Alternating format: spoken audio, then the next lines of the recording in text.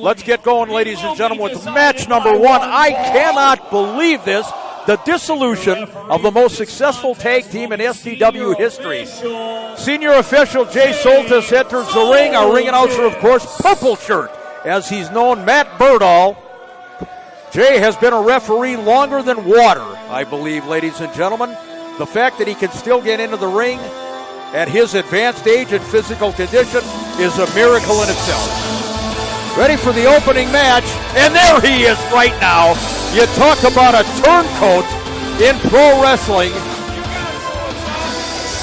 Brandon Gore, who recently graduated from Mr. Anderson's Professional Wrestling Academy right here in the Twin Cities area.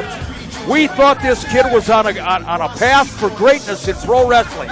Sad to say, he has aligned himself with the Golden Idol and the Temple of Terror. I talked to him a little bit earlier on, Ken. We heard what he had to say. This kid, he made a mistake. He made a career mistake, career suicide, aligning himself with the Golden Idol. Well, one thing we know for sure, it happened last time, and the support Brandon Gore is getting from the prominently absent Golden Idol, who didn't even bother to come. So you've got to wonder if Brandon Gore is now second-guessing his own decision. No, he's not, because the Golden Idol filled him with so much BS, and he loaded this kid's head with such nonsense that he's got stars in his eyes. It'll take time, but sooner or later this kid is going to wake up. But in the meantime, he has a monumental task ahead of him, getting into the ring with one of the great young lions in this wrestling business, certainly here in the upper Midwest, carving a great niche for himself.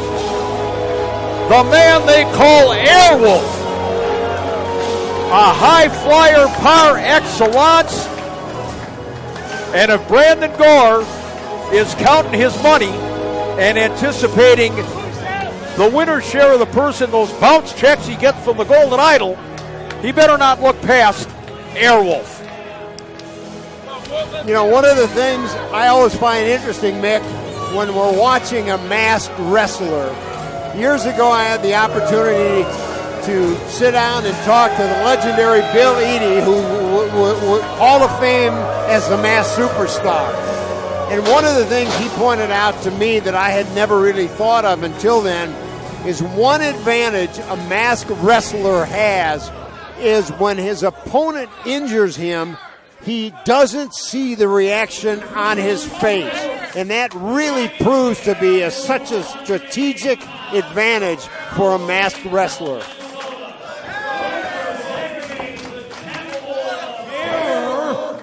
The legitimate athlete, Brandon Gore. Boy, what a difference a month makes. I'll tell you that. And his opponent, weighing in today at 190 pounds, from Minneapolis, Minnesota, the Alpha Airwolf! Airwolf, ladies and gentlemen, in the short time that he has been a part of the professional wrestling business, has electrified fans throughout the Midwest. You talk about the lucha style, you talk about a high flyer in the ring, a man that will come at you from any number of angles. Well, Airwolf is the guy. He's the complete package. And in that ring right now, Brandon Gore has a major, major test. You know, Mick, it's going to be interesting, and I'm wondering if this is going to be a disadvantage to Airwolf, the high flyer that he is with this low ceiling, if he is going to perhaps be hesitant to execute some of his landmark moves. Well, a clean break from Brandon Gore, which is probably going to be a short-lived situation tonight. You have to believe if he's anything, he's poisoned mentally by the Golden Idol. Well, I'm sure if somehow the Golden Idol has some sort of feed and is watching this, he'll be very upset by any members of his Temple of Terror breaking cleanly. Well, you know, here's the thing with the Golden Idol, and as you said, the rumor about a suspension from Ed Hellier, the more I think about it, it didn't happen. Those two were as thick as thieves, and I mean literally. I think you may be onto something. Either the Golden Idol didn't want to dip into that Captain Kangaroo-sized pocket of his and pull out enough carrots for an airline ticket, or the ball and chain. Mrs. Golden Idol has laid down the law and said, listen, Tubby, you're not going anywhere. I think you might be right. Now, I have not met her, but you've got to wonder. She's a nice woman, and that's the sad part about this. But look who she married, so you've got to question her judgment. But a little misguided. Back to the action in the ring, ladies and gentlemen. Brandon Gore's side headlock on Airwolf, and he hangs on. Airwolf tried extricating himself from that maneuver, but Gore. You know, Mick, as I think about it, you and I know, and anyone that follows Steel Domain Wrestling, the Golden Idol is basically a bully. He tries to bully, he tries to intimidate, and what happens when you challenge, go at a bully, they back right down. So maybe we have seen the last of the Golden Idol. As I said before, Ken, please don't tease me. It's like buying a lottery ticket on a Wednesday. You know, the odds are not in your favor, but you're holding out hope. And that's exactly what happens when you mention seeing that clown stay away from the wrestling business forever. In the meantime, watch Airwolf and Brandon Gore here. Human chest, look at Airwolf. Over the top leapfrog. Watch this now. Takes the legs right out from underneath him. This guy is quicker than a hiccup. Airwolf, watch this. Look at this kid. You know, one of the things that really impresses me about Airwolf, and we see a lot of men in professional wrestling that are very quick and agile. Not only as you see there with a drop kick, but the one thing that I love about Airwolf, his reaction time is so quick. When an opponent goes for a hold, he immediately knows how to counter, and we don't know a lot about his background, but he certainly seems very well schooled. Oh, no question about it. Watch this now. Here goes. Wait a minute. Slides underneath the bottom. Oh, what a shot. That shot right across the sternum. Brandon Gore laying weight on the outside of the ring. Thought he had maybe lulled Airwolf into a trap there, but he got chopped across the chest for his efforts. Now, the Wolf has expanded the playing field here. You know, I think that last move, Nick, as we talked about, normally Airwolf would fly over the top rope, and going underneath, I think that's a direct result of the low ceiling. Did Airwolf just allow a fan to chop Brandon Gore? I believe he did. Never a good idea to get involved, but, you know, in this case, oh, watch this now. My God, they're on the outside. Oh, no. Outside of the, oh, jeez. Onto the ring apron, the hardest part of the ring. Brandon Gore, look at him pointing to his head, his brain, the brain power, and that is vintage Golden Idol. There's the influence of the Idol, even from a distance. But you know what? Right now, Brandon Gore, Airwolf is hurt. Brandon Gore is playing to the crowd, taking his time getting back in, giving Airwolf precious minutes to try and recoup. In for the cover, count of 1 and 2. No. Now, if he had gone right into the ring, he might have got the 3 count. Very possible. The change in Brandon Gore just in the past month is remarkable. And I'm talking about from a mental standpoint. Not only is he supremely confident, what happened to the Brandon Gore who was glad-handing the fans? I saw him turn down a 5-year-old kid asking for an autograph earlier this evening. This guy has just gone right off the deep end. Well, you know, you have to give the devil his due. The Golden Idol has certainly instilled that confidence, and as you know, confidence is the name of the game in wrestling. No question about it.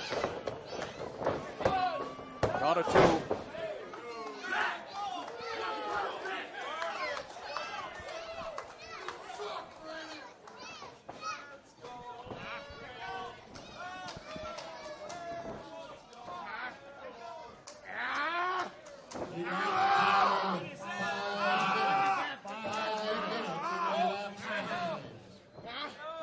One fall matchup kicking things off here, ladies and gentlemen.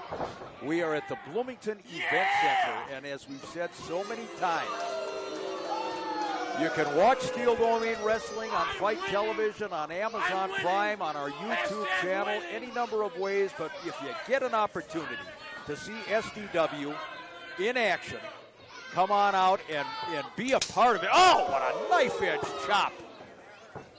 Delivered by Brandon Gore, caving in the chest of Airwolf. On a night like this, we should add the air-conditioned Bloomington Event Center. Oh, yeah. As I said earlier, as we're taping this, I believe the last weather report, it was 1,800 degrees in Minneapolis, St. Paul tonight. So this is certainly the place to be, along with the SDW faithful, 20 years strong. Steel Domain Wrestling. No nonsense. Oh, God, what a whip into the corner. Brandon Gore very smartly using all of his size and strength, dropped to the mat to get even more impetus, and Airwolf went into that turnbuckle hard, but comes right back. That's that reaction time we talked about. You got it. Forearm shot, and there's that inverted atomic drop. Into the corner, watch the Wolf. Over the top. Oh, my God, look at the speed and the flop. Got right across the man's back. From a standing position with both feet right to the shoulder blades of Brandon Gore. And now Gore, once again, the outside of the ring seems to be a much safer place to be. Watch this now. Airwolf into the crowd. Oh, this kid is amazing. I don't know how you prepare to wrestle someone like Airwolf because he does anything. Listen to the crowd. Certainly one of the most popular young wrestlers on the SDW roster. Oh, DDT. Is it enough? Rolls him up. Count of 1 and 2. Oh, how close. Couldn't tell from this vantage point if he rolled his shoulder. He must have. Referee Soltis was right in on top watching the action. It looked like Airwolf wasn't quite squared up on the cover, and I think that allowed Gore just to roll out enough, and it was an alert stoppage of the count by referee Jay Solta. You know, I'm looking at these two, Ken, and as we watch Airwolf and Brandon Gore, in essence, this is the future of professional wrestling. The young Lions getting their start in the business, trying to make a name for themselves, trying to keep the tradition alive. Oh, look at this now. Look at Airwolf trying to, and he did. Oh, but this nice time, shot right to the jaw. Gore is being one-upped at just about every turn, but that time he caught him with an elbow coming in. Oh, both of these wrestlers giving 150% of your scoring on points. This is a pick'em at this juncture. Watch this backslide attempt. Jockeying for possession. Wait a minute now. Oh, man. Nobody there. Brandon Gore rolls him up. Look at Airwolf. Are you kidding me? Elbow. Wolf into the corner. Hit hard on that turnbuckle. There's Gore with that knee right to the side of the head. I'll tell you, Mick, I am sitting here watching in amazement the improvement Brandon Gore has made in really a little over 4 weeks. I'm telling you, the Golden Idol had nothing to do with it. I mean, there's no question, maybe from a mental standpoint, getting in the kid's head, but can you imagine the Idol getting into the ring with the kid and trying to show him holds and counter holds and stamina and ring presence and savvy? Ain't happening. But on the other hand, Gore has been able to counter every single attack of Airwolf, and I don't think we would have seen that a month ago. Well, he's certainly more confident. There's no doubt about it. So whatever you want to say about the Golden Idol, he certainly has increased the ego, if you will, of Brandon Gore. Off the ropes, watch this now. Picks him up. Oh, what a move on the part of Airwolf. My God, are you kidding me? Butterfly suplex. This kid is outstanding. Count of 1, 2. He got him. Oh, man. Wow. You know what I like about that, Mick? A lot of wrestlers would have gone for the cover after the first move. Airwolf felt he didn't quite have him, and he went for a second one, and that got him the 3 count. Phenomenal win and a great matchup of two young Lions in this business. Now Brandon Gore has the unenviable task of calling the Golden Idol and saying, hey, I lost.